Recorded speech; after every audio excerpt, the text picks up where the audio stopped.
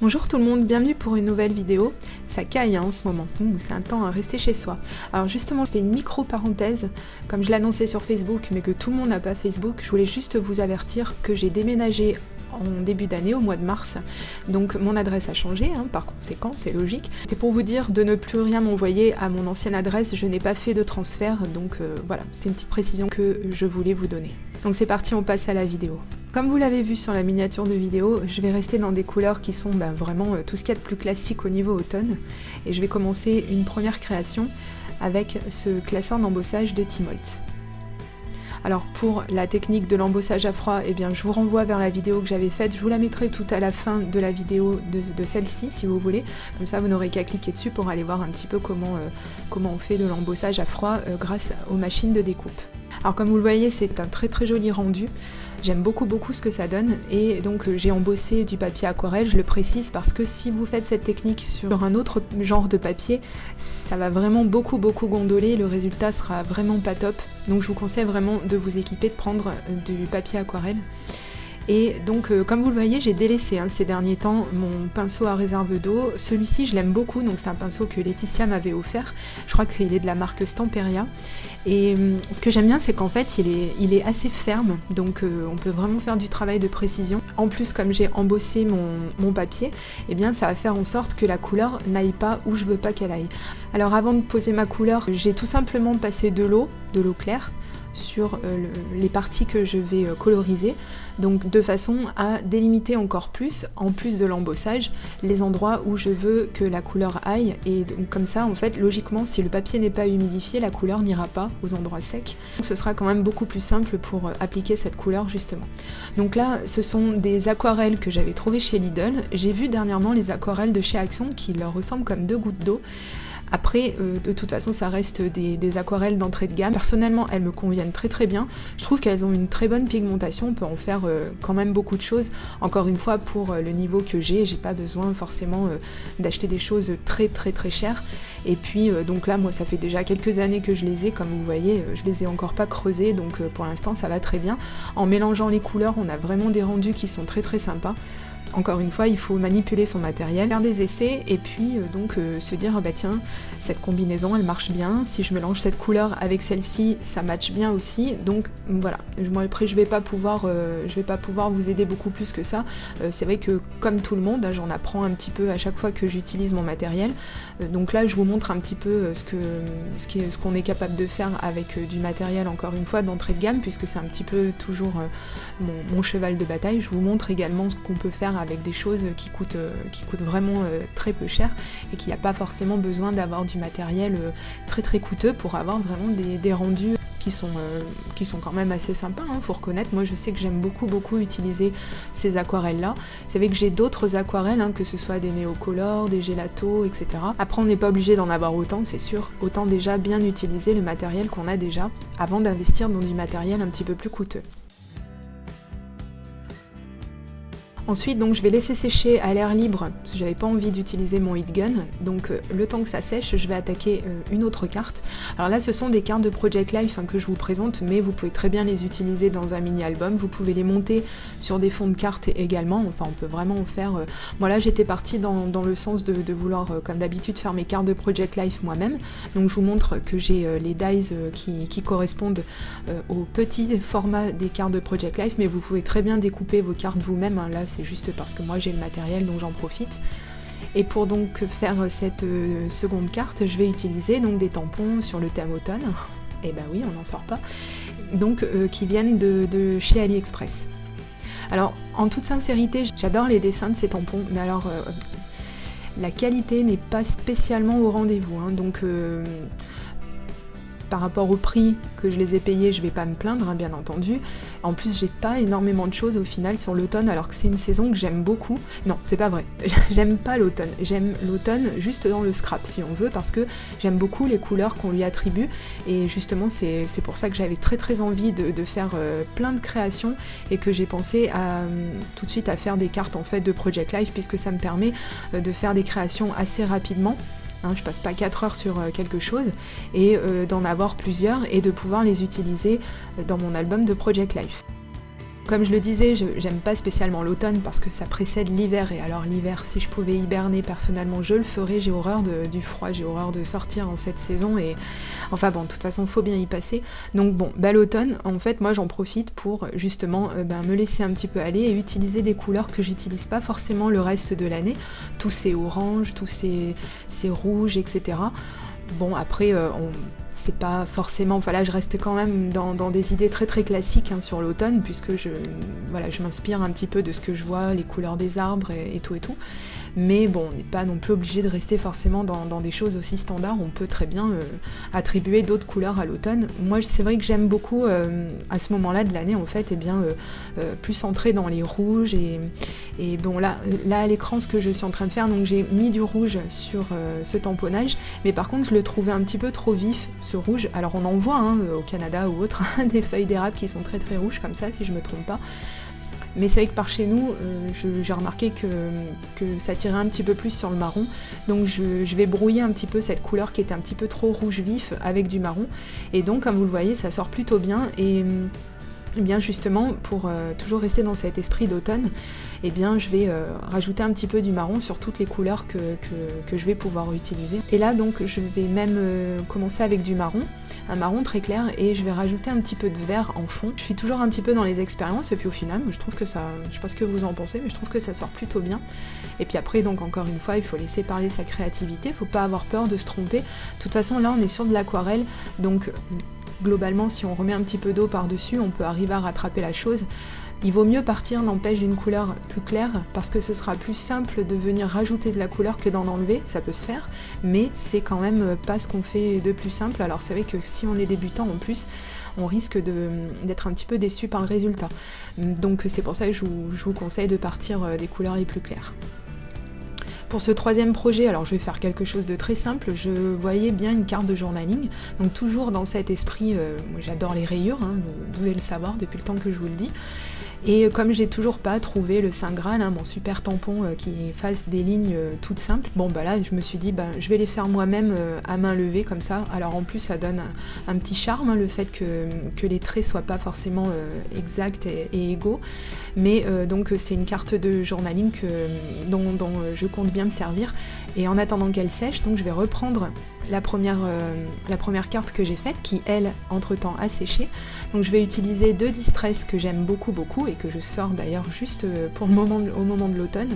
Donc c'est la teinte Rusty Hinge et la teinte Vintage Photo. Alors je vais commencer avec la plus claire, la Rusty Hinge, et comme vous le voyez, donc j'y vais très très doucement parce que j'ai horreur d'avoir ces espèces de gros paquets qu'on peut avoir quand on va directement en fait avec son applicateur sur sa création. Et moi c'est vraiment la chose que j'aime vraiment pas. Donc il vaut mieux prélever de l'encre et avoir donc un papier sur le côté, tapoter son applicateur et venir tout doucement sans appuyer pour vraiment amener la couleur tout doucement, parce que alors là cette fois-ci, si vraiment vous avez mis une couleur trop foncée, vous en avez trop mis, ou vous avez fait un gros splash, c'est très très compliqué à récupérer. C'est pas infaisable, on peut toujours rajouter une couleur plus foncée par-dessus pour faire un petit peu oublier le petit incident qu'il a pu y avoir, mais c'est vrai qu'il vaut mieux y aller vraiment avec un mouvement très très léger, quitte à revenir encore et encore. Ça c'est des processus qui prennent quand même pas mal de temps quand on utilise les Distress, mais c'est tellement agréable au final, et le résultat est vraiment toujours super. Moi j'aime beaucoup. Alors je vais rester dans des couleurs or, alors là je vais prendre mon Gold Champagne, donc mon gelato. Je voulais juste qu'il vienne mettre un petit peu d'effet pailleté sur les couleurs que j'ai déjà mises. Donc vous le voyez, j'ai juste pris en fait du papier photo, tout simplement. Je voulais pas m'embêter à sortir une palette ou quoi que ce soit. Donc j'ai pris une chute de papier photo et ça marche ma foi plutôt pas mal. Et donc je commence à appliquer mon gelato et je me rends compte au final que en fait l'effet est pas assez prononcé. Alors je vais sortir ma E-Ink or, et alors là par contre là c'est autre chose, faut vraiment avoir la main légère parce que c'est très efficace comme média au final, et donc je vais juste venir en passer par-dessus les couleurs que j'ai déjà mises. Ma petite carte de journaling est maintenant sèche, j'aime beaucoup la couleur qu'elle a, on dirait vraiment une transition entre l'été et l'automne, vraiment entre le jaune, le orange, elle me plaît beaucoup telle qu'elle était. Et puis donc je vais utiliser la Distress Fire Brick pour venir mettre un petit peu de rouge sur les pourtours de cette carte, voilà, de façon à foncer un petit peu les côtés pour pouvoir en fait avoir quelque chose de très lumineux au centre. Donc voici le résultat, j'aime vraiment beaucoup. Ensuite, donc parce que je travaille mes projets voilà, les uns après les autres, j'espère que vous arrivez quand même à suivre. Alors là j'ai utilisé ce petit tampon renard de la marque Denim Tampon. Et donc comme je l'ai tamponné sur du papier aquarelle, comme j'avais des chutes, je me suis dit bah tiens lui aussi il va y passer, donc je vais le mettre en couleur avec des aquarelles. Bon, je vais pas faire quelque chose de très poussé, hein, seulement des petites teintes de orange, de marron. Et puis je vais travailler un petit peu tout ça jusqu'à ce que ça me convienne. Et comme je voulais lui laisser le bout de la queue blanche, mais j'allais pas la laisser blanc, donc j'ai mis un petit liseré de gris et que je vais venir travailler avec de l'eau pour vraiment fondre les transitions. Ensuite donc je vais reprendre ma Distress Rusty Hinge et donc toujours avec la main très légère, je vais reprendre la petite carte que j'avais faite avec le tampon d'AliExpress et donc je vais venir lui donner encore un petit peu de ces jolies couleurs d'automne. Vraiment, c'est des couleurs, je sais pas, je pourrais les travailler pendant des heures et des heures. D'ailleurs, j'ai fait pas mal d'autres créations à côté, mais là, je me suis limitée à quelques-unes, voilà, pour la vidéo, parce que bon, faut pas que ce soit trop long non plus. Donc là, je vous montre que j'ai utilisé aussi, je l'ai fait hors caméra celle-ci, mais elle me plaisait tellement que j'ai voulu l'inclure dans la vidéo. Donc j'ai pris un autre classeur d'embossage de Tmolts et donc j'ai pareil avec la même palette de couleurs aquarelle, et bien je l'ai mise en couleur elle aussi et je trouve ça magnifique. Alors vraiment, il y a toutes les couleurs que j'aime dessus, j'aime beaucoup le rendu. Je suis contente d'avoir enfin pu m'en servir de ce classeur d'embossage puisque je l'avais acheté il y a quelques années, vous l'aviez peut-être vu dans un haul il y a très longtemps quand j'avais acheté des choses sur le site de 6X et au final je m'en étais jamais servi, donc cette fois-ci voilà, je suis bien contente d'avoir enfin eu l'occasion de m'en servir parce que vraiment il est très beau et je suis sûre qu'on peut encore en faire plein d'autres belles choses. Donc là j'ai utilisé du calque, des chutes de calque et je vais utiliser ce tampon de la marque Dear Lizzy. Alors j'espère qu'il est toujours disponible si vous le cherchez parce que lui aussi ça fait quand même assez longtemps que je le possède. Donc pour avoir un tamponnage assez bien, donc déjà je vais prendre l'encre Archival Ink puisque sur du calque il vaut mieux prendre de la Stazone ou de l'encre Archival puisque c'est un support qui n'est pas vraiment poreux, donc ça risque de partir si vous mettez une autre encre, hein.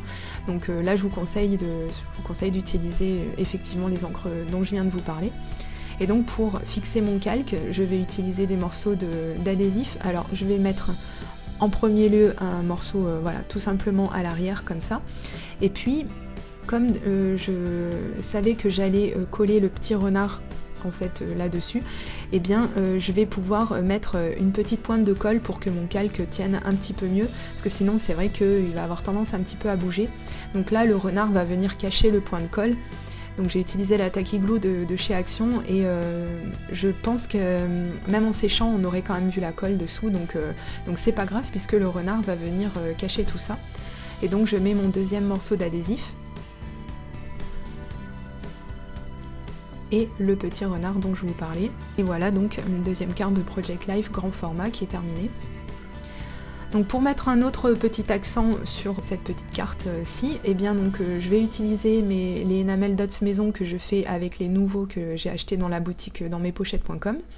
Donc pareil, je vous mettrai le lien du matériel quand c'est possible de le faire. Je vous mettrai le lien direct dans la barre d'infos, donc n'hésitez pas, il y a toujours beaucoup d'informations justement utiles, des liens, des bons plans, donc n'hésitez pas à aller faire un tour dans la barre d'infos. J'essaie de la remplir au maximum. Là pour cette carte, j'ai tout simplement fait un aplat de couleurs que j'ai pas souhaité vous filmer parce qu'il n'y a rien de plus simple que de prendre de l'aquarelle et passer sur son papier aquarelle, hein, à main levée comme ça, il n'y a rien de bien compliqué. Et encore une fois, comme je vous dis toujours, avec les cartes de Project Life qu'on fait soi-même, moi j'utilise toujours énormément de matériel et donc là par exemple, ça c'était un petit tampon que je m'étais jamais servi, j'avais jamais eu vraiment l'inspiration de l'utiliser. Et là donc je suis contente puisque pour une fois je vais pouvoir le mettre à profit. Et donc comme vous voyez j'ai utilisé ma Color Box. Alors ce ne sont pas les encres que je préfère, loin de là. Par contre j'aime bien la couleur qu'elle a, celle-ci, c'est la seule qui n'est pas séchée de toutes les color box que je possède. Et puis pour faire un petit dégradé de couleur, donc j'ai utilisé ma Adirondack.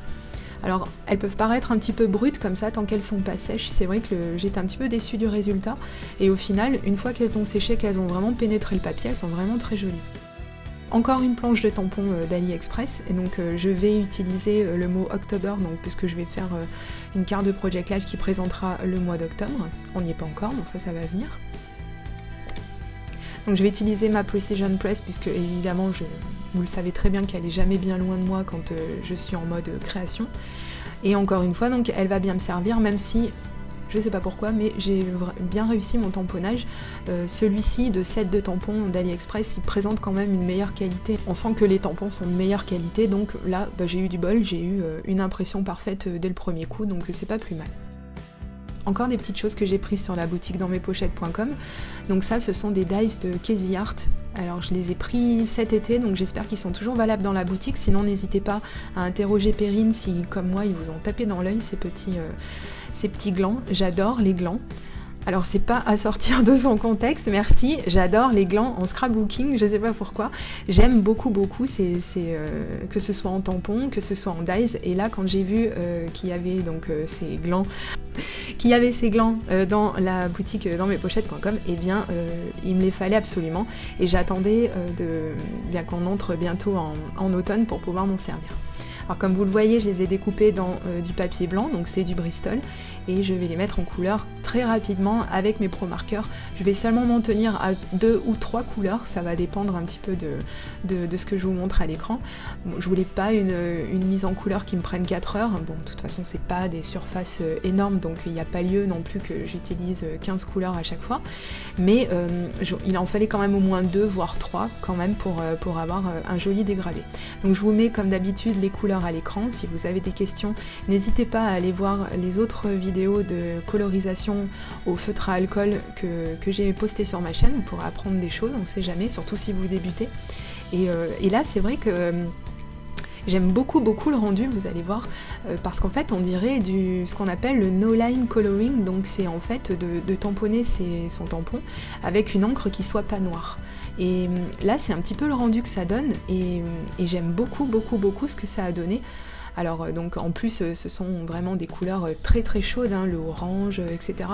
Et donc là vraiment, en plus de ne pas être très compliqué à mettre en couleur, voilà, je me suis un petit peu lâchée, je me suis dit on verra bien les mélanges, etc. ce que ça donne. Et au final je trouve que c'est des couleurs qui matchent plutôt bien les unes avec les autres, pardon. Et encore une fois, vous me direz ce que vous en pensez.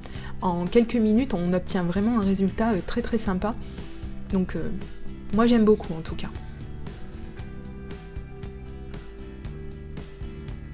Donc comme d'habitude, je pars toujours de la couleur la plus claire.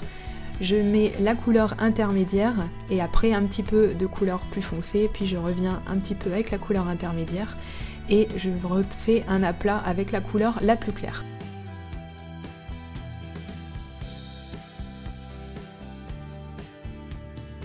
Donc voici ce que ça donne. Alors c'est génial parce que ça ressort exactement les mêmes couleurs en fait qu'en vrai à la caméra, donc j'ai beaucoup de chance de ce côté-là. Et j'espère que ça vous plaît également.